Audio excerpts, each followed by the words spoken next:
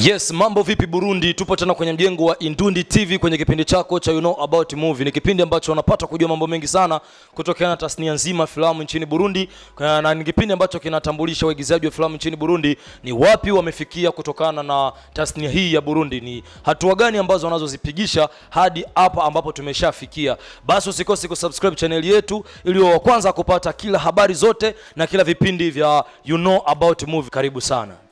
Yes, kama nilivyokuambia kwamba kwa muda huu nina mgeni katika mjengo wa Indundi TV kwenye kipindi chako pendwa sana About Movie, na si mwingine na dada mrembo sana ambaye ni mwigizaji wa filamu nchini Burundi. Basi ataweza kujitambulisha na mambo mengine mtayajua yatakayofuata. Karibu sana dada. Asante. Labda washabiki wanataka kujua unaitwa nani? Mimi naitwa Esperence Uzaima kwa jina maarufu. Nakaa maeneo ya Buterere, ndio nyumbani, lakini ni mwigizaji pia. Ni mwigizaji wa filamu ndio? Yes. Filamu zipi, za Kiswahili au za Kirundi? Za Kiswahili. Na kutokana na ujio wako leo katika nyumbangu hii pendwa ya Indundi TV kwa siku ya leo, unajisikiaje wewe? Najisikia fresh, maana nimekaribia sehemu maalum ambayo tunatakiwa kama watu kama sisi tuwepo, na tunaenjoy huwa tukiwa kama hapa tuaga, tunajisikia kama unajua tena kabisa. Na kwa upande mwingine ni kwamba ukiangalia tasnia filamu nchini Burundi imepiga hatua, na watu kabisa kwa sasa filamu za Burundi zimeanza kupendwa na zimeanza kujongea kwamba kuanza kufika kwenye nchi jirani, na watu wanaanza kuzikubali kwamba filamu za Burundi kweli zimeanza kufanya vizuri. Kwa mtazamo wako wewe, kweli unaona ni nguvu gani ambayo mmeichangia humo ndani ili kwamba filamu zenu zianze kutamba kimataifa? Okay, mmeniuliza swali zuri na ni vyema zaidi. Sisi hapa nchini kwetu movies zinakuwa kama zinasogea, sema kuna baadhi ya watu kama vile hawajaelewa sisi tunafanya nini ili nchi yetu iweze kusonga mbele, na watu ambao wako nje waweze kuelewa sisi tunafanya nini, tueleweki kama watu wengine, tupate kujulikana zaidi. Yes. Na ukitokana na hilo, kuna vile mtu anaweza akasema kwamba yeye anatengeneza movie ili aje kuwa star mkubwa, na kuna mwingine anaweza kwamba mimi nafanya movie kwa sababu niingize hela, kwa mwingine anakuambia mimi nafanya tu kwa sababu labda nikupoteza muda. Kwa kiupande wako unachukulia movie kama nini kwenye sehemu ya maisha yako? Mimi naona kama ni kitu ambacho ni kama maisha. Kwa mtu ambaye anaelewa, huwezi kusema eti mimi nafanya movie ili nipate kujulikana, kwa sababu kujulikana kwako wewe sidhani kama inakupa faida kubwa zaidi kuliko kufanya kazi ambayo ina faida ndani ya maisha yako. Badala ya pale hata mtoto wako atakuja kusema mamanga alikuwa mwigizaji ni na nini. Tukichukulia kama movie za wenzetu huko mbele, huwa hata mtu kama alikuwa anaigiza, baada ya ile movie yake ambayo anaifanya inakuja inasaidia familia kutokana na kile kipato ambacho amewekeza kwenye movie yake. Kwa hiyo ukifanya movie unasema mimi nafanya ili nijulikane, wewe ndio unaweza kufanya usijulikane kwa sababu hujajiwekea malengo kwenye kitu ambacho unahitaji kukifanya. Yes, mimi ndo. Na ukizungumzia hapo kutokana labda ni sehemu ya maisha, tunachukua mfano mdogo kwenye nchi jirani. Tunaona baada ya Kanumba kufariki, mamake ndo alikuja kujulikana, na baada ya mamake kujulikana na baada ya kifo cha Kanumba tulimuona Seti Bosco, na baada hapo Seti Bosco naye akawa amefariki. Baada ya Seti Bosco kufariki mamake ya Kanumba, kwa hiyo Kanumba aliacha vitu vingi sana, manyumba, ameacha magari, sijui manini na nini, ameacha vitu vingi sana. Na tulisikia pa juzi kati kwamba kuna mgogoro ambao ulikuwepo kati ya mama Kanumba na baba Kanumba kwa sababu ya pesa ambazo zile kampuni zilikuwa zinatoa. Unaelewa vizuri, na baada ya hapo ndio mauti, baba Kanumba kawa amefariki na yeye. Kwa hiyo labda kiupande wangu unaweza nikazungumza, je, ikiwa kama kweli movie ina faida katika maisha yenu, mbona tunaona kwamba mali za Kanumba zote alizoziacha kabisa zimekwisha, na hata sasa zinakuwa na msaada kupata kwa mamake inakuwa ni vigumu sana? Hebu unaweza kutufunulia hapo jambo fulani? Hapo mimi naweza nikasema hivi, hile ambapo wewe unapojua kwamba mimi nafanya kitu fulani, unatakiwa ujiwekee malengo mwenyewe, kwa sababu kuna kwa kama wakati unashoot movie kuna mikataba fulani hivi. Yes, unafanya na watu ambao unafanya nao ile movie.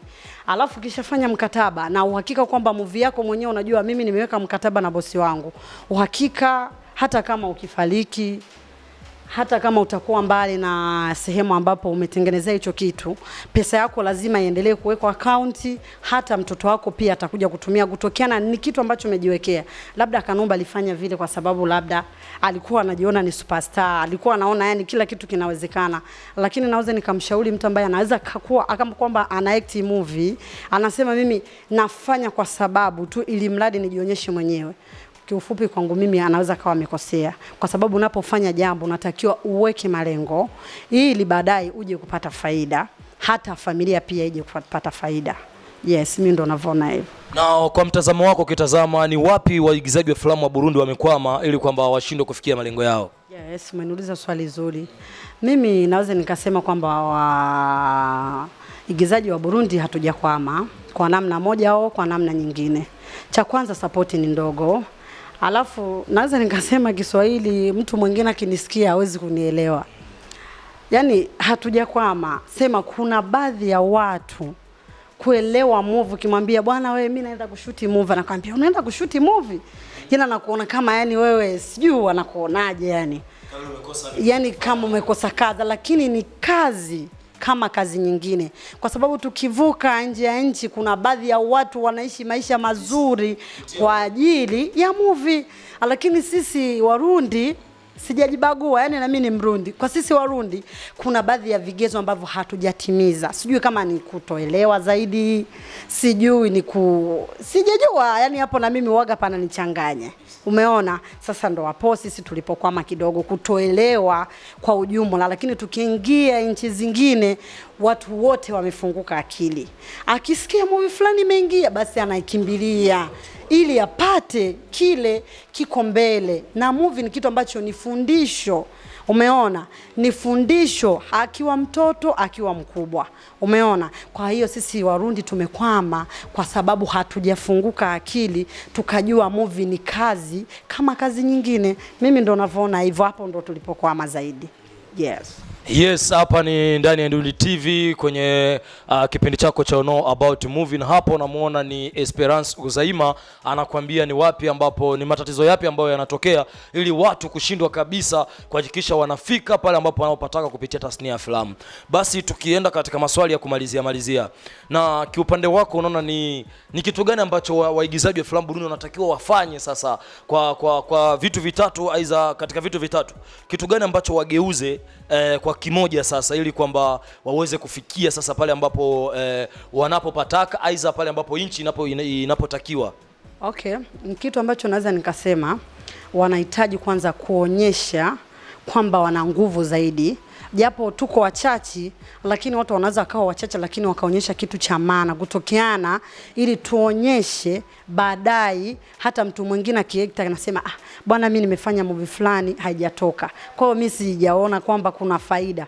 Kwa hiyo sisi kama sisi ambapo tumejitolea kufanya hiyo kazi, tujipe nguvu sisi wenyewe, tupate ushirikiano huku na huku, tujikusanye sehemu moja, tuweze kuwa na mapenzi ya dhati, tufanye kitu kidogo. Hata kama kuna watu huku nyuma wanatuvunja nguvu, na sisi tuweze kuwavunja nguvu ili tupate kusogea. Yeah. Basi tukienda kwa swali kidogo kama vile la, mimi napenda kulita swali la uzushi. Toka uanze kuigiza ni msanii yupi ambaye yupo nje na Burundi amesha kupigia simu yeye kama yeye nakwambia dada kabisa wewe unaweza, na msanii huyo akawa maarufu nchini Burundi? Okay, nina wengi sana. Kuna Salima Mtambalike, kuna Mtambalike mwenyewe, kuna msanii mmoja yuko Mizengo anaitwa Safina. Ninao kibao siwezi kuwataja, mtu mwingine anaweza kusema labda anajisifa, lakini uhakika nao. Yeah. Ya, amezungumza Mtambalike. Mtambalike tunamfahamu sana kwa filamu za Kanumba, anaitwa Single Mtambalike. Ni kijana ambaye ana uwezo mkubwa sana kuigiza na najua ni maarufu sana nchini Burundi. Niambie ilikuwaje tu kwamba hadi akakufikia kuambia kwamba hongera sana kwa kazi yako, na ni kutokana na kazi ipi? Okay, kuna kazi moja nimefanya, nilikuwa sehemu moja hivi Magomeni Mwembechai. Magomeni Burundi hapo? No, nilikuwa Dar es Salaam. Okay. Kwa hiyo tukawa kuna kazi tulikuwa tumeenda kuifanya Mwenge, kabidi akaniona nilivyo, akanipigia simu, baadaye akaomba namba ya simu kwa meneja wangu ambayo nilikuwa naye hiyo sehemu, akanipigia, akanambia nimekufurahia kazi yako ambayo unaifanya. Akaniuliza ni mkazi wa wapi? Akamwambia mimi ni mkazi wa Burundi. Akanambia basi poa, mambo yakiwa mazuri nitakutafuta. Lakini hatujatafutana. Naona mambo yake hayajakaa sawa. Kwanza hongera sana kwa hilo. Na kutokana na hiyo simu ambayo uliyoipata kwa sasa hivi, una ndoto gani kutokana na simu ile?